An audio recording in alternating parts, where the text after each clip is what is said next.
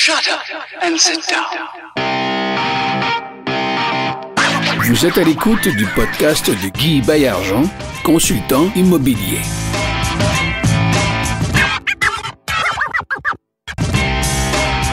Bonjour tout le monde et bienvenue à un nouvel épisode de Ensemble, on va plus loin. C'est Guy Baillargeon au micro. Aujourd'hui, j'ai un invité très spécial, quelqu'un de multiples talents. J'ai nommé Tommy Archambault. Salut Tommy. Salut, ça va bien? Ça va super bien. All right, merci de l'invitation. Je te remercie. Alors, je te remercie de t'être déplacé jusqu'à nos bureaux, situés à Saint-Jean-sur-Richelieu. Aujourd'hui, j'ai plein de questions pour toi.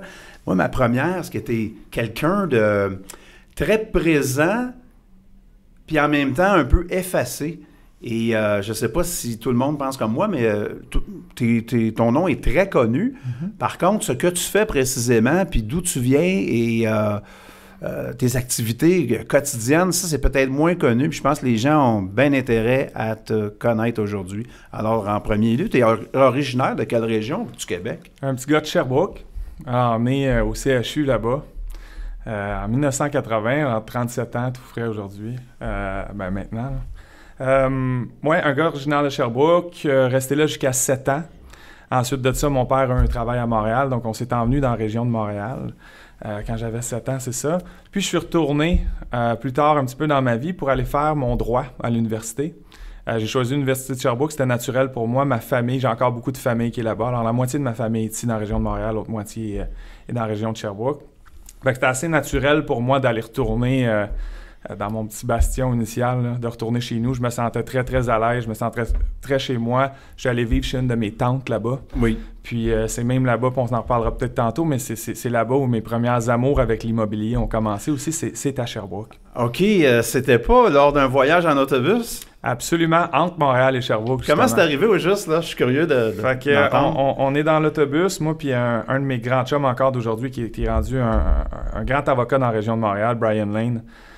Oui, Brian, on le salue. Oui, absolument. Moi puis Brian, on se connaît même pas à l'époque, mais on prend le même autobus de temps à autre. Fait qu'on se voit de face, puis on sait qu'on est dans la même faculté, parce qu'il faisait son droit aussi là-bas en même temps que moi. Alors, à un moment donné, je suis en train de lire un journal, puis je suis en train de lire une page dans la section des affaires qui est comment acheter votre premier petit plex. Puis il est assis en arrière de moi, puis il se lève un petit peu par-dessus le banc, puis il regarde et dit « Hey, toi aussi, ça t'intéresse, l'immobilier? » Puis je lui dis « Écoute, oui, c'est quelque chose qui m'intrigue. » Puis je commence à regarder tranquillement, mais à l'époque, je veux dire, mes connaissances sont à 0,1% de ce qu'elles sont d'aujourd'hui. D'accord. Mais c'est la première, peut-être, le fibre là, en tête. Oui, oui. Fait que, par Georges, on passe pas mal la durée du trajet d'1h30, 2 heures à jaser justement un petit peu, puis d'échanger sur le sujet un petit peu où on était. Lui aussi avait de l'intérêt là-dedans. Tout ça pour dire que lui venait de se faire engager comme stagiaire d'été dans une des plus grandes firmes au centre-ville, et puis avait un espèce de contrat garanti qui était quand même relativement lucratif pour des étudiants. Oui. On a décidé ensemble de voir si on ne pouvait pas leverager ça auprès des banques, si on ne pouvait pas se faire reconnaître une certaine crédibilité, puis peut-être essayer d'acheter un premier petit bloc basé là-dessus. Là, vous êtes étudiant, là. Ouais, là, on a 20 ans. Là. Sur des budgets d'étudiants. On a 20 ans, je roule sur un budget de 700$ par mois. Par mois? Par mois. Ça inclut, je paye mon loyer là-dessus de 300$ à l'époque. À ma tante? À ma tante. C'est bon. Fait qu'écoute, on n'est pas riche, puis on a sa lettre. Il n'y a pas plus d'argent, mais on a une lettre. fait que ça ne nous règle pas notre problème de mise de fonds non plus. Parce que là, en faisant nos recherches et en parlant au monde, on se rend compte que même avec la CHL, on peut faire des petites affaires puis peut-être diminuer notre mise de fonds, mais on l'a pas plus, cette mise de fonds. Non, vous êtes à la recherche, là. Vous êtes en solution créative. Comment on va faire pour mettre la main sur le bloc en question? Là, je ne veux pas me mettre dans le trouble avec personne ou suggérer des choses à ne pas faire, mais disons qu'on a approché les institutions financières, puis avec nos études en droit, on avait le droit à certaines facilités de crédit sous forme de marge de crédit pour nous aider à payer notre train de vie, des livres. Honnêtement, ils nous laissent un petit peu faire, mais comme étudiant en droit, on avait le droit à une marge d'à peu près 20 000 par année, puis ça, c'était pratiquement par institution, en moyenne. Oui. Donc, ce qu'on a fait, c'est qu'on a fait le tour, puis on est allé s'en ouvrir quelques-unes. D'accord. Très bien. Alors, tout à coup, on venait de se retrouver avec une lettre d'embauche qui donnait une certaine crédibilité à notre position financière, puis des mises de fonds pouvant provenir de certaines marges de crédit qui, chacun de notre bord, on avait ouvert. Fait que là, on se retrouvait avec un petit peu plus de moyens tout à coup qu'on avait été se créer. Puis là-dessus, tout ça a amené jusqu'à une première transaction d'un triplex à côté de l'université qu'on a... dans les semaines qui suivent, on s'est mis activement... Écoute, on n'étudiait plus, là. On cherchait des buildings. Donc, à ce moment-là, déjà, l'emplacement, pour toi, c'est un critère important. Tu le savais ou c'était d'instinct? Un petit mélange des deux, j'imagine, en regardant ça par en arrière. Certainement que ce qu'on voulait, c'était de faire un premier deal. Nos critères n'étaient pas si spécifiques que ça. On voulait trouver quelque chose qu'on avait l'impression qu'on payait du moins un bon prix, qu'on pourrait revendre au moins au minimum le lendemain. Quand je dis le lendemain, très prochainement, si jamais on voyait que ce n'est pas une expérience qui nous intéresse. Oui. Mais en même temps, notre premier deal a été fantastique, a été un des très bons par ailleurs. Puis il y a un gros aspect de chance. On a croisé une dame qui sortait de son bloc appartement et puis qui était en train de planter une pancarte sur son terrain. Alors, elle sortait avec une pancarte dans les mains, puis c'était un triplex à côté de l'université. Puis on se met à y parler comme si on était des gros gars de real estate depuis bien longtemps. Oui. Puis tout ça pour qu'elle nous dise qu'à la fin de la journée, ben son prix qui lui faisait plaisir, c'était X.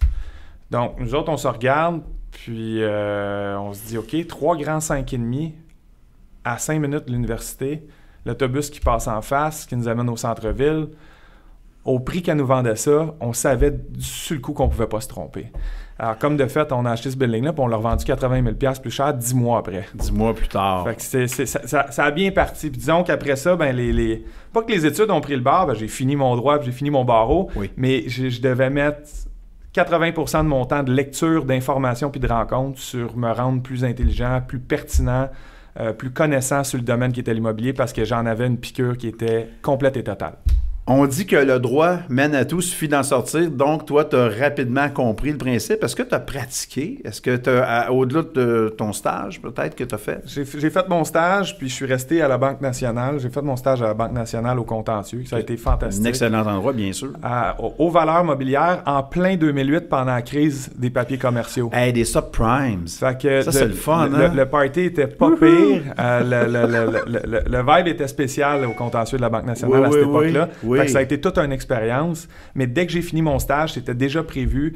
J'avais une job qui était en lien avec le crédit immobilier à l'interne à Banque nationale parce que j'avais été carte sur table dès le début. Je voulais m'en aller travailler en immobilier, puis je voulais apprendre la game à l'interne chez les institutions financières. Bon, il paraît que lorsque la mer est calme, ça ne fait pas de bons marins. Donc, pendant ton stage, tu as vécu la crise. Ah oui, absolument. La vraie crise. La vraie crise. La vraie crise. Là, une action qui fonde 50% en un trimestre. Là, absolument. Peut-être pas aussi fort que ce qu'ils ont connu aux États-Unis, mais on sait qu'à ce moment-là, si je ne me trompe pas, la Caisse de dépôt et de placement a vraiment mangé une claque.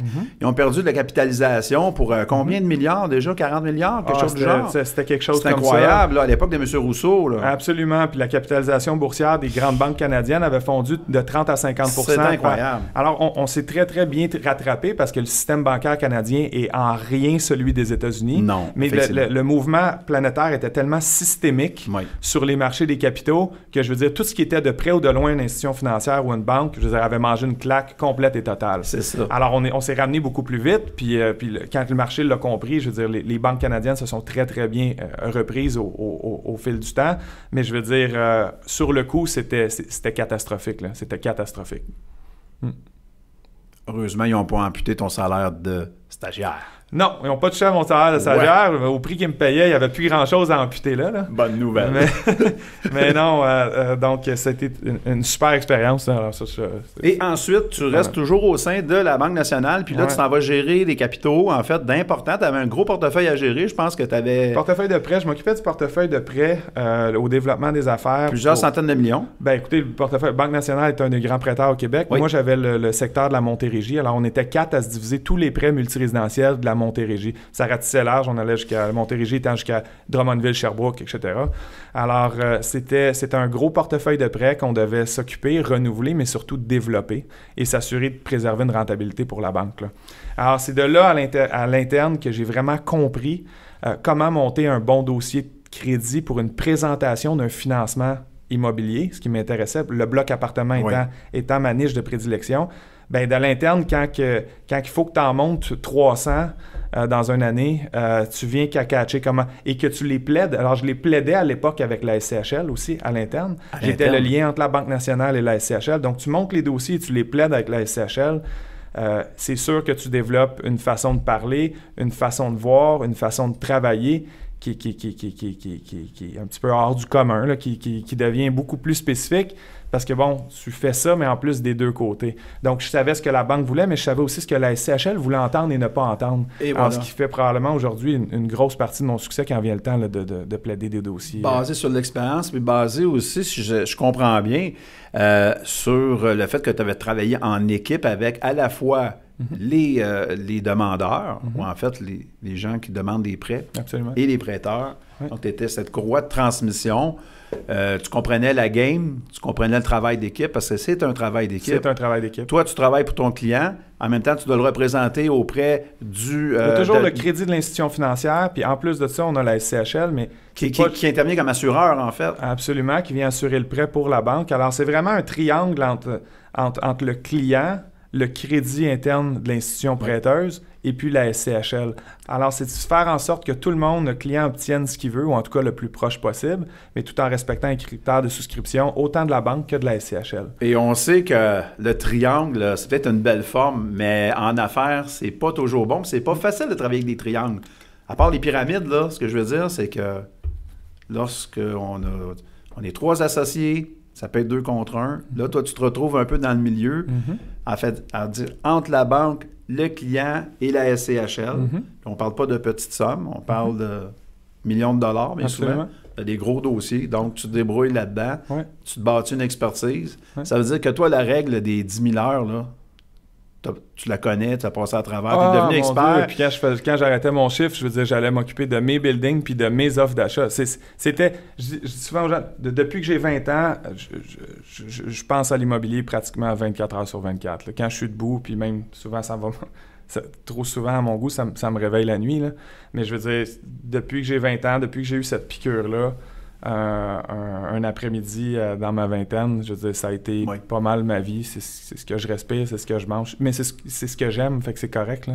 C'est ce que j'aime, c'est dans quoi je suis confortable. C'est un petit bout de la vie que j'ai l'impression de comprendre relativement bien, puis d'être en mesure de m'aider moi avec ça, mais surtout d'aider bien du monde avec ça. Là. Ben écoute, ce que j'ai adoré tes dernières phrases. C'est-à-dire que toi, qui as bien compris comment ça fonctionne, tu es capable de l'expliquer. Est-ce que tu vois dans ton travail une espèce de, j'allais dire, d'apostolat? Ce que je veux dire, c'est que toi, dans ta mission, on inclut expliquer aux clients quels sont les mots magiques, quels sont les documents magiques, quelles sont les approches magiques qui vont faire en sorte que leur dossier va fonctionner ou pas. J'imagine que ça fait partie, ça, de la mission que tu t'es donnée vis-à-vis de ta clientèle.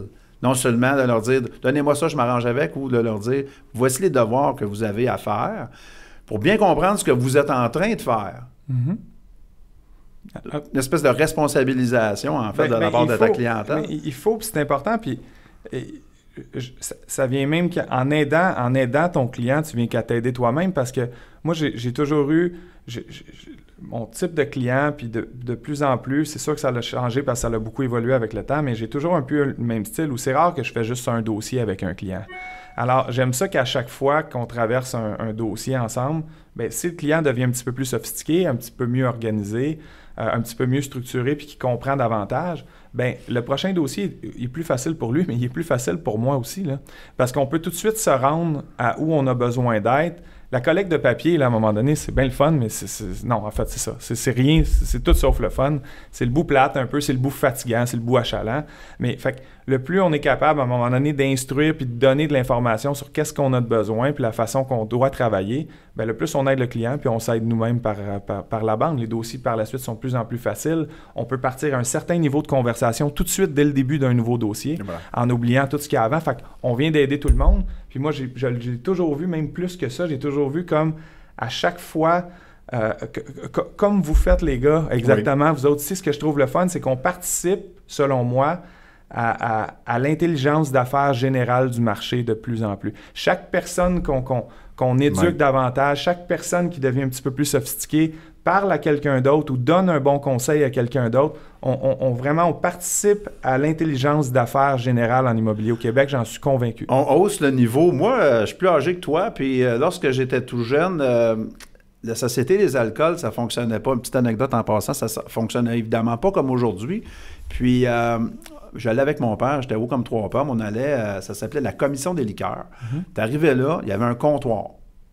Il y avait des messieurs à qui mon père demandait, je veux 1 gallon de Saint-Georges, 1 gallon de Québérac, 1 gallon d'Hermite, puis un 41 de Fort. Le monsieur, il allait dans les rangées, c'était comme des bibliothèques, il ramenait des bouteilles, il mettait ça sur... C'était pas en vente libre, c'était over the counter. Ouais. Et on buvait, les femmes buvaient du Libre Fromage, qui est un vin vraiment trop sucré, pas bon, l'ange bleu, tu sais. Puis, depuis 40 ans, le goût des Québécois, c'est tellement sophistiqué, pourtant, ça reste d'alcool. L'immeuble, on se loge depuis la nuit des temps, depuis qu'on est sorti des cavernes. J'aime ça que tu parles de sophistication, d'éducation, de raffinement. Pas parce que ça fait bien d'en parler, c'est pas ça, c'est que c'est plus efficace. Oui. Et on fait moins d'efforts inutiles. Comme aujourd'hui, on boit moins, puis on boit mieux. Donc, on monte nos dossiers de meilleure façon en mettant moi, j'appelle toujours ça des mots magiques. Exemple, Nicolas et Kevin Pépin, ils parlent de la nouvelle façon de calculer, l'ingénierie financière, l'optimisation. C'est pas parce que ça paraît bien de le faire, c'est parce que c'est ce qu'il faut faire dans le contexte actuel, Absolument. etc. Puis toi qui es au cœur de ça, là, tu as, je crois, parce que j'ai assisté à quelques-unes de tes présentations, je dois dire que tu es vraiment, pas pour te flatter, je trouve que tu es un bon présentateur. Ton propos, il est clair, il est juste.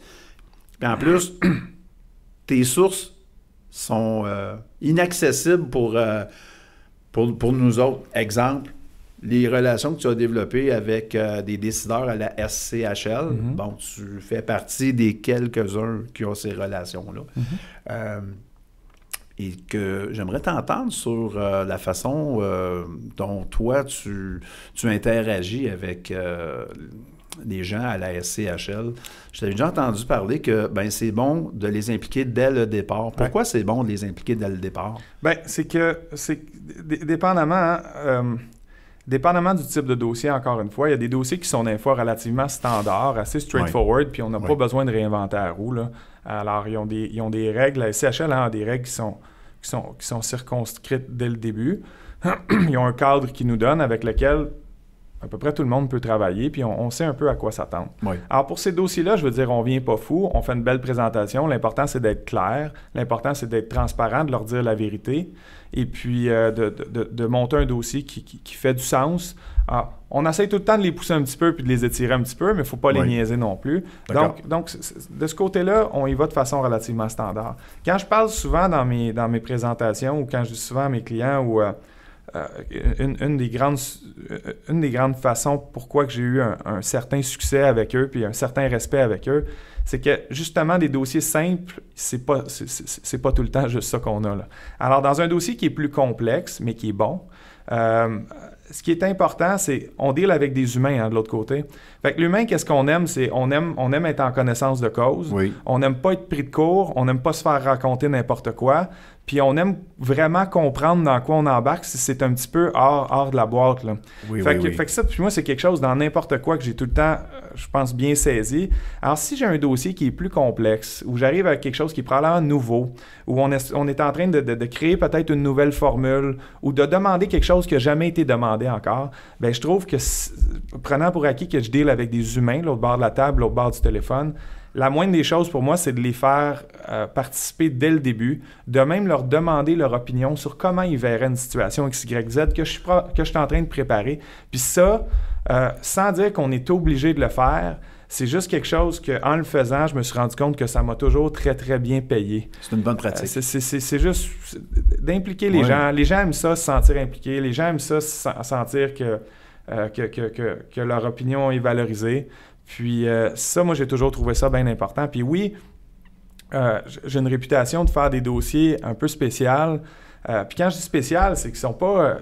c'est des dossiers souvent où on crée des premières, où on pousse un petit peu plus loin, où on arrive avec des formules un peu différentes, ou un produit différent.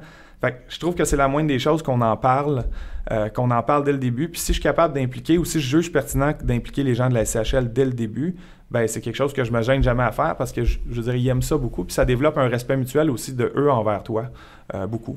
Alors c'est certain. Dans quoi, quel genre de dossier aimes-tu mieux travailler? Des dossiers de construction neuve ou des dossiers existants? Bon, j'ai fait beaucoup des deux, mais le marché étant ce qu'il est, depuis 3 ans au Québec, il y a une recrudescence de la construction de nouveaux blocs appartements. Effectivement. Ce qu'on voyait à peu près pas depuis les années 70-80. C'est autant que ça, là. Alors, ça en est toujours construit, mais jamais avec le niveau de vigueur puis de volume que ce qu'on connaît aujourd'hui. C'est du jamais vu. Alors, moi, ayant un gros bagage, j'en glisserai peut-être un mot tantôt, la Banque nationale, au niveau des financements de long terme, c'est une chose, mais j'ai eu un autre épisode dans ma vie un peu plus tard où je suis allé comme directeur principal du fonds de construction chez le plus gros fonds alternatif de financement de construction, qui est Fiera Financement Privé. Qu'on connaît, bien oui. Anciennement Centria. Oui. Maintenant, Fiera Financement Privé. Alors, mon 2 ans que je suis allé chercher là-bas, j'ai travaillé sur des dossiers d'envergure avec les meilleurs constructeurs du Québec dans des façons de travailler au niveau du financement de construction qui étaient... c'est un fonds alternatif, c'est un fonds de prêt alternatif. C'est hors norme, c'est pas du bancaire standard. On fait les choses vraiment, vraiment différemment. Alors ça a été de loin ma plus belle école puis la meilleure expérience que j'ai jamais eue de ma vie. Pourquoi je faisais un petit aparté de ce côté-là? C'est que à cause de ça, quand je suis retourné à mon compte complètement, il y a 3 ans de ça, pour fonder la firme Levier, c'est certain que j'arrivais avec un bagage qui je me suis rendu vraiment rapidement compte dans l'industrie qui était honnêtement unique, relativement unique. Alors, des courtiers qui arrivaient avec l'expertise que j'avais de l'interne pour un fonds de cette envergure-là, pour des clients de cette envergure-là, dans des dossiers de cette envergure-là, ben il n'y en a tout simplement pas, là. Alors c'est sûr qu'à un moment donné, j'ai proposé des choses à l'industrie comme courtier qui ont tout de suite qui ont paru très intéressantes. Les constructeurs l'ont reconnu rapidement. Puis, de fil en aiguille, je veux dire, le mot s'est passé rapidement. Alors, on vient qu'on développe une espèce de niche très rapidement, oui. Qui fait en sorte que, bon, j'aime-tu mieux faire de l'existant ou de la construction? Je vous dirais maintenant, j'aime vraiment la construction. Pour l'instant, je suis dans la construction parce que c'est le nerf de la guerre. C'est une des plus grosses niches dans l'immobilier. C'est ce qui est hot en ce moment, la construction de nouveaux blocs. Alors, pour l'instant, j'adore ça, faire ça. Le marché a fait en sorte que je me suis comme niché de ce côté-là. Alors, c'est sûr que je squeeze le citron le plus qu'on peut de ce côté-là, puis j'essaie d'aider le plus de projets possible, d'aider le plus de constructeurs possible.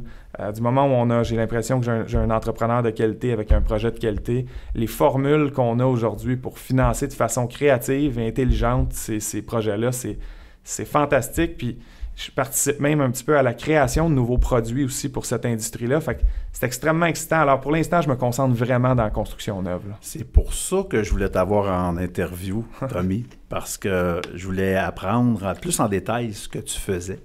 Et les gens, si vous n'avez pas tout saisi, bien, réécoutez la dernière minute parce qu'il y a vraiment des perles dans ce qu'il a dit.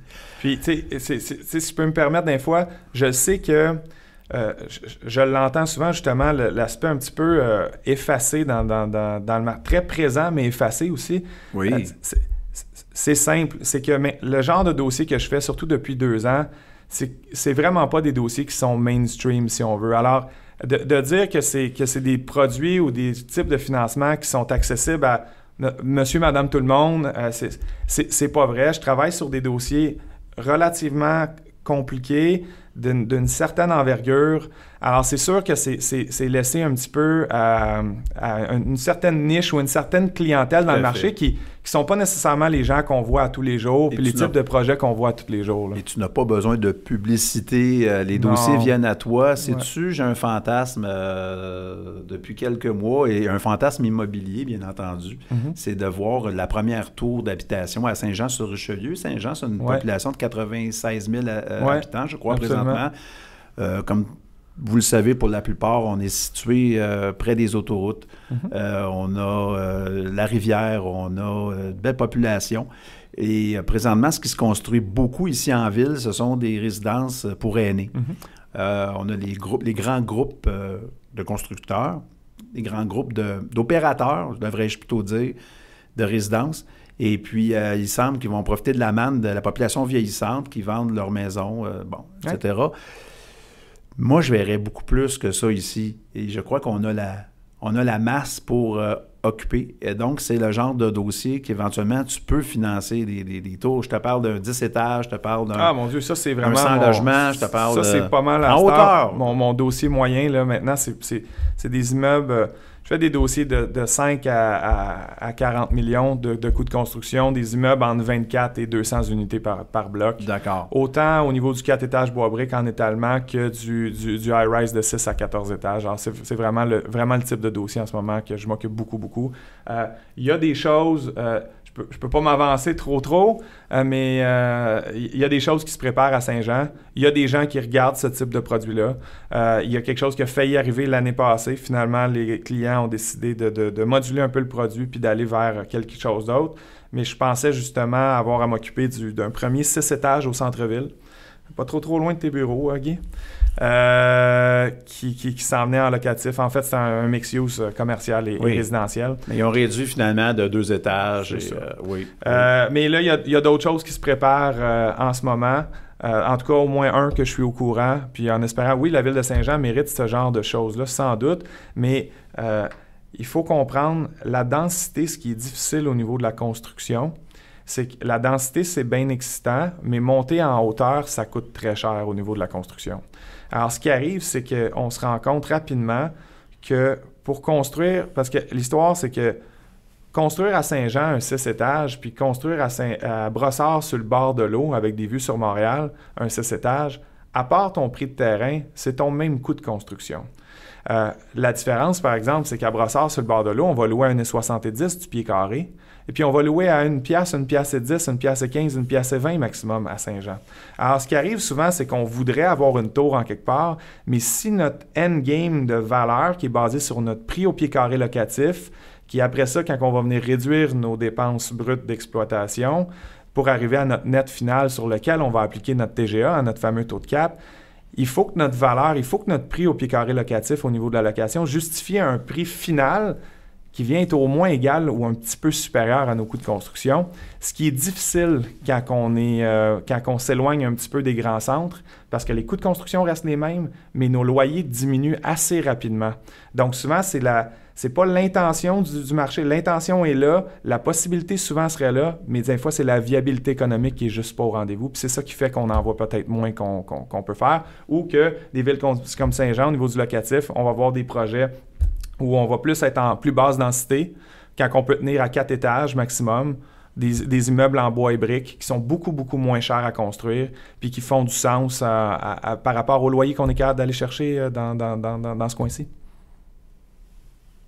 Puis au niveau de la SCHL, est-ce que la SCHL permet un amortissement sur plus d'années lorsque c'est construit en béton versus construit en bois pour les multi-étages? Non, absolument pas. C'est la même chose. En ce moment, la SCHL, le produit standard est à 25 ans d'amortissement, mais on sait qu'il n'y a personne qui utilise ça. La règle dans l'existant, la norme dans l'existant, c'est beaucoup du 30 ans. Alors, la SCHL, d'habitude, va arrêter pas mal là. À moins des certaines exceptions où, des fois, on a des immeubles qui sont refaits au complet. Oui. On a des strip-down, on a des repositionnements d'actifs où on va vraiment... Mais ça prend pas de changer les toilettes puis de changer les fenêtres, là. Mais quand on rentre dans un building, on garde la coquille, on refait plomberie, électricité, on refait les appartements à neuf. La SCHL est ouverte de voir ils vont voir ça comme une espèce de produit hybride. Ils vont le voir existant, mais quasiment apparenté à du neuf. Oui. On est capable d'avoir des exceptions puis de monter l'amortissement à 35 ans. Et puis dans le neuf, construction neuf, quand on fait un ground-up dès le début, le 30-35 ans, automatiquement, ça m'est donné, puis même 40 ans qui est vraiment pas difficile à aller chercher. Ce qui nous aide beaucoup, parce qu'il faut comprendre, les coûts de construction sont relativement élevés aujourd'hui. Oui. Alors, ce qui arrive, c'est qu'on a besoin de ces amortissements-là de 35 puis de 40 ans pour venir donner, par rapport au prix final, quand même un cash flow qui est raisonnable, puis protéger notre ratio de couverture de la dette, qui est hyper important pour que notre dossier passe au final, là. Fait qu'on a besoin de ces amortissements de 35 et 40 ans-là, puis ils sont le fun à avoir, là. Oui, tout à fait. Ben oui, c'est sûr. Avec ce qu'on vit présentement aussi, une légère hausse, mais constante des taux d'intérêt. Et puis toujours, la valeur économique qui ne suit pas vraiment la valeur marchande. Au niveau de la SCHL, il y a toujours une petite disparité. Disparité. T'as mis la question. Ouais. Quand tu n'es pas au boulot, puis en train de réfléchir, puis en train de calculer, et en train de bâtir, en fait, et aider les constructeurs et les immopreneurs à bâtir leur rêve et leur empire, qu'est-ce que tu fais? Oh boy, je tape ses nerfs à ma blonde parce qu'en parlant d'immobilier. Puis, non, faire sa part est bonne avec moi parce que je suis relativement intense, très, très gentil, mais je veux dire, j'ai des grosses journées, je suis dans ma tête beaucoup, puis j'aime mes choses, fait que des fois, il faut y penser, hein, de faire de la place au monde qui sont autour de nous autres, qui nous soutiennent, puis qui nous aiment beaucoup, là. Fait que, il faut se rappeler ça souvent. Fait que parents, amis, famille, j'essaie d'accorder quand même beaucoup de temps. C'est très important pour moi de voir j'ai 2 frères puis une sœur que j'adore plus que n'importe quoi. J'ai une copine que j'adore, puis j'ai un paquet d'excellents amis. Alors, je vous dirais que dans le restant de ma semaine, ce qui est important pour moi, c'est qu'à quelques reprises dans la semaine, à travers tout ce beau monde-là, que j'ai une couple de bonnes rencontres ou du temps de qualité le plus possible avec ces gens-là. Alors, puis sinon, alors ça va être probablement ma priorité numéro 1, à peu près égale avec l'entraînement. Je vous dirais que je m'entraîne 5 à 6 jours par semaine. Des sessions relativement courtes, mais très intenses. Alors, une demi-heure à 50 minutes par session, mais pratiquement tous les jours. C'est très, très difficile de me rejoindre entre 4 heures et 6 heures dans une journée. C'est pas mal mon temps à moi où, à partir de 3h30, là, j'ai juste hâte d'aller au gym ou de partir à courir dehors. Oui. Parce que je commence mes journées très, très tôt, parce que c'est là que je suis très productif. Alors, je vais avoir des blocs très tôt où je vais me concentrer juste sur mes choses. Le milieu de la journée va être pour faire mes rencontres, pour venir faire des choses comme on fait là, pour rencontrer un client ou un financier ou un associé autour d'un dîner pour rendre l'utile à l'agréable. Mais le matin très tôt va être pour faire justement mon administration, mes choses personnelles, régler les courriels importants, prendre les décisions importantes. Parce que c'est là que ma tête est fraîche, c'est là que je me sens le plus intelligent et le plus allumé. Le milieu de la journée va être pour faire les rencontres, puis un peu de tout, régler des problèmes, hein, aussi, parler au téléphone beaucoup. Puis à partir de 4 heures, je vous dirais que j'ai besoin d'aller m'aérer le cerveau. Fait que je vais me servir du gym pour ça beaucoup. Puis après ça, c'est là que soit je vais souvent avoir à retravailler une petite heure ou deux en soirée. Je vais faire un petit mix, retourner un peu de courriel, quelques appels importants. Beaucoup de préparation sur ma journée du lendemain aussi. Quand je me réveille le matin, je sais pas mal exactement ce que je vais faire. Ça, c'est toujours quelque chose qui m'a aidé beaucoup. Puis le soir, c'est ça, je vais m'arranger pour sortir ma copine au restaurant, pour aller prendre une bière avec mon frère, pour aller sortir ma mère. Alors ça, c'est quelque chose qui me garde les 2 pieds à terre le plus possible, puis qui me fait beaucoup de bien aussi. Donc, entraînement, un travail relativement assez discipliné dans une horaire qui est assez circonscrite d'avance.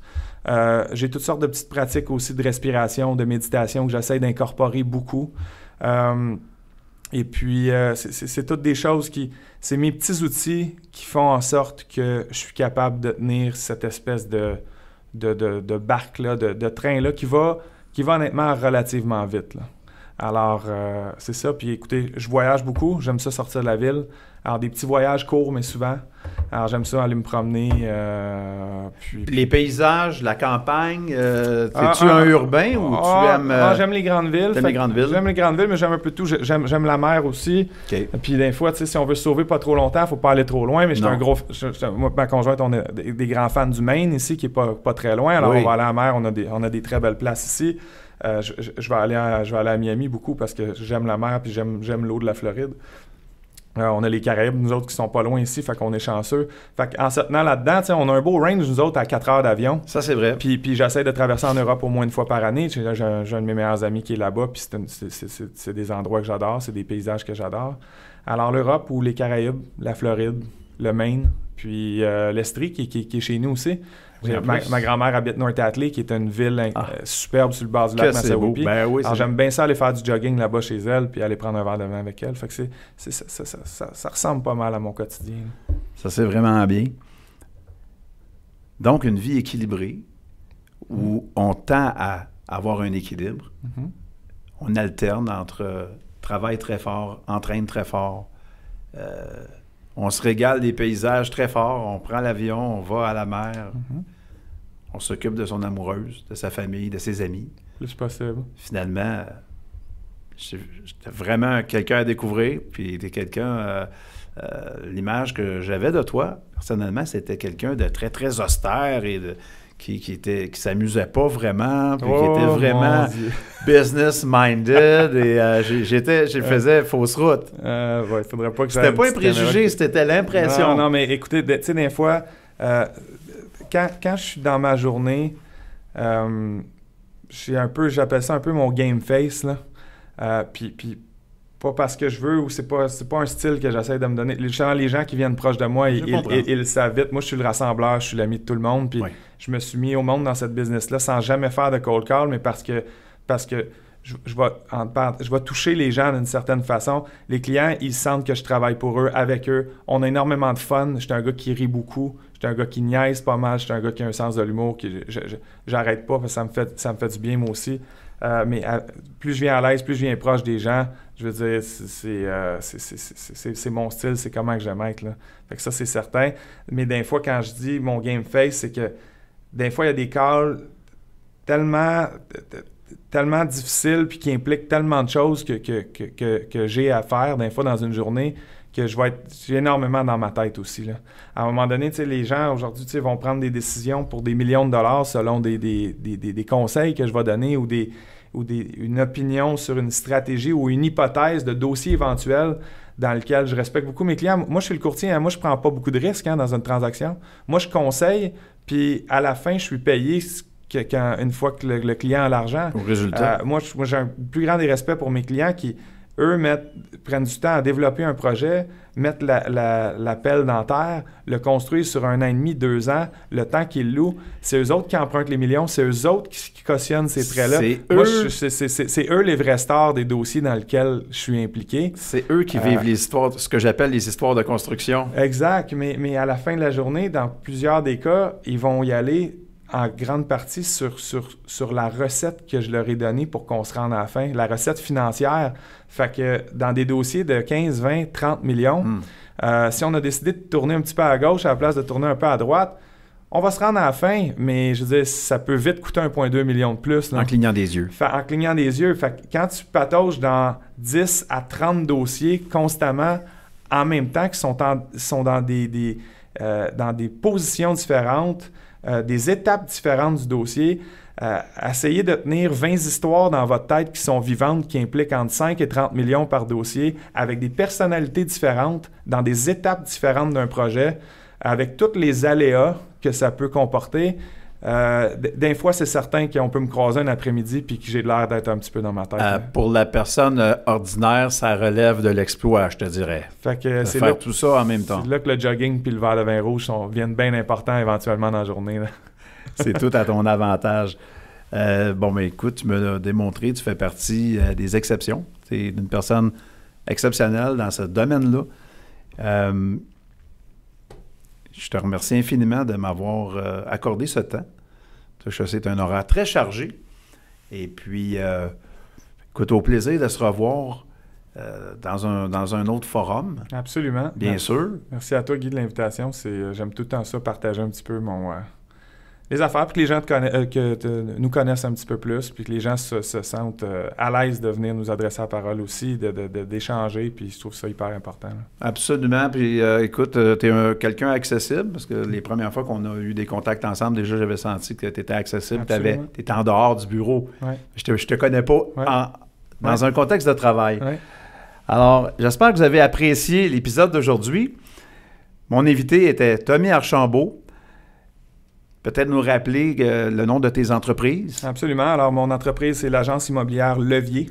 Alors, une firme spécialisée en multirésidentiel pur avec une niche au niveau du financement de construction, financement à long terme pour les immeubles locatifs et aussi la mise en marché, parce que je fais la mise en marché aussi des immeubles à revenus avec, par ailleurs, un petit scope, une des plus grosses transactions qui s'en vient cette année, qui va fermer très bientôt. Donc, attendez ça, passez sur Facebook. Un premier bloc de 100 logements et plus stabilisé, flambant neuf sur la rive sud qui va être vendu au-dessus de 20 millions de dollars dans le prochain mois. surveillez vos affaires. Et vous l'avez entendu en scoop à mon émission. Ensemble, on va plus loin. Tommy Archambault, je te remercie infiniment. Et d'ici à la prochaine, vous avez seulement qu'une chose à faire, gardez le sourire. Salut tout le monde. Merci Guy. Shut up and sit down.